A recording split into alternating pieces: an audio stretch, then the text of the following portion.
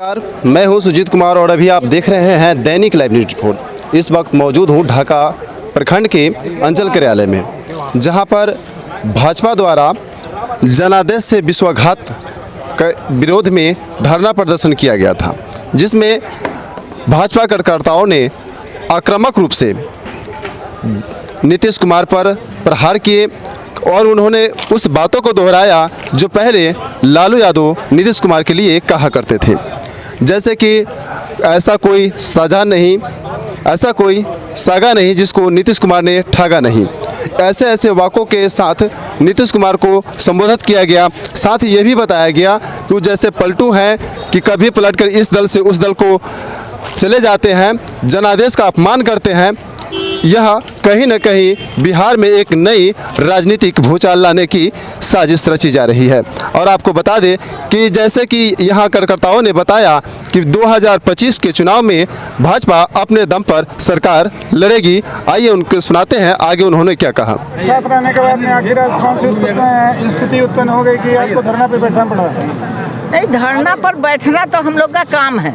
अगर आपकी जनता आपको वोट दी है और बीच में जो खलल पैदा हुआ है, ये अपमान हुआ है हमारे जनता के वोट का, जो पूरी ताकत से सरकार चल रही थी, हम लोग उनसे ज़्यादा लेकर आए थे ना।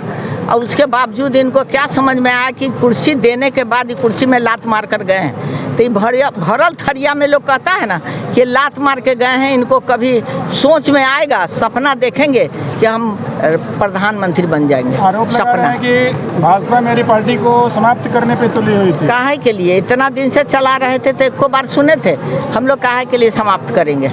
आरसीपी सिंह पर जो आरोप लगाए हैं कि उनके साथ खिचड़ी पकी थी और वो वायरल वीडियो नहीं, तो पहले बोलना चाहिए ना। हमारे जो माननीय गृह मंत्री जी आए थे और पूछे थे कि किसी तरह का कोई तकलीफ है आपको, तो नहीं कोई तकलीफ नहीं, किसी तरह की बात नहीं है। तो इनको खुलकर बोलना चाहिए कि हमारे साथ इस तरह का हो रहा है। तो हम लोग समझते, हम लोग संस्कारी आदमी हैं, हम लोग इस तरह नहीं कि एक बार गए आज हम निकाल दिया, बात नहीं माना, लगा तानाशाही करने, तो भागे भागे आए, अब फिर अभी जाके फिर सट गए। तो लाज नहीं लगा उनको कि एक बार पलटू चाचा बने, अब कौन चाचा बनेंगे?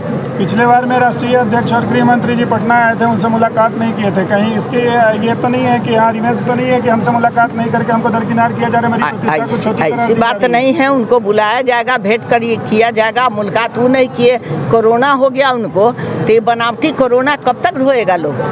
ये कोरोना हो गया था उनको, ये नहीं मालूम है कि वो कहे कि हमको कोरोना हो गया है, तो नहीं आए, बुलाहट तो गए किए थे। अगर नीतीश जी का सिद्धांत गलत था, कार्य गलत था, तो कभी पार्टी ने कभी उनके खिलाफ या पार्टी में सरकार में रह करके कभी ये आवाज़ क्यों नहीं उठाई कि हाँ आपका सिद्धांत गलत है? अरे सिद्धांत गलत नहीं था तो हम लोग तो सही लेकर चल रहे थे, उसी में बर्दाश्त करके मेरी सरकार है, मेरी सरकार।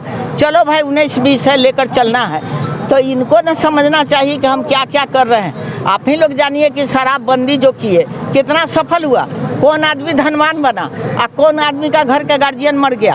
काहे मर गया? काहे जहरीली शराब पिया? क्यों किया ऐसा काम? तो ये स्वस्थ रखे। शराबबंदी गलत स्टेप था क्या? गलत स्टेप नहीं था, लेकिन तरीका इनका गलत था। अगर आपकी सरकार आती है तो क्या शराबबंदी रोकी जाएगी? अभी आने वाली है तो उसके बाद बताएंगे। सोशल मीडिया के माध्यम से ये आवाज उठाया जा रहा है कि माननीय विधायक पवन जायसवाल जी को भाजपा के द्वारा विपक्ष का नेता बनाया जाए, इसको कैसे देख रहे हैं? कार्यकर्ता तो सोशल मीडिया पर लिखने के लिए स्वतंत्र है, लेकिन भारतीय जनता पार्टी में सीनियरिटी बहुत बड़ा चीज़ है और हमारे दल में नेताओं की कमी नहीं है। बहुत ओजस्वी तेजस्वी काफ़ी सीनियर लीडर हैं जो मिनिस्टर्स थे, इसलिए वो कोई विषय नहीं है। हमको जो जिम्मेवारी कार्यकर्ता ढाका का दिए हैं उसको बखूबी निर्वहन के लिए हम तत्पर हैं और तत्पर रहेंगे। ठीक है। जनादेश के विश्वासघात का जो धरना आज सफल हुआ है और हम लोगों को जो सरकार बिहार में थी, तो इससे भाजपा कर्ताओं को मन चैन है कि कम से कम आज एक बोझ से मुक्ति हुआ, नीतीश कुमार के बोझ से मुक्ति हुआ है।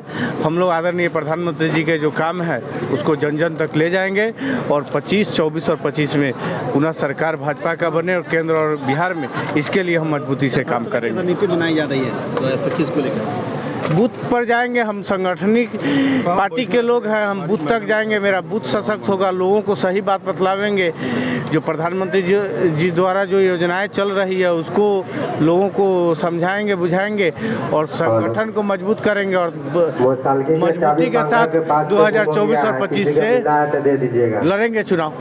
महागठबंधन के साथ चलेगा, साथ चलेंगे, ये सरकार चलने वाली या बहुत दिन टूट जाएगी? अब तो ये चीज़ तेजस्वी जी और नीतीश जी तय करेंगे कि चलेगी कि नहीं, लेकिन अब भारतीय जनता पार्टी 2025 में अकेले चुनाव लड़ेगी और पूर्ण बहुमत के साथ बिहार में मजबूत सरकार और विकासशील सरकार देगी। क्या आपके जो यहाँ पे वक्ताओं के द्वारा ये बताया गया कि भारतीय जनता पार्टी अब मुक्त हो गई, वाले खुल करके मुँह पर होकर आवाज़ उठाने में काफ़ी बड़ा?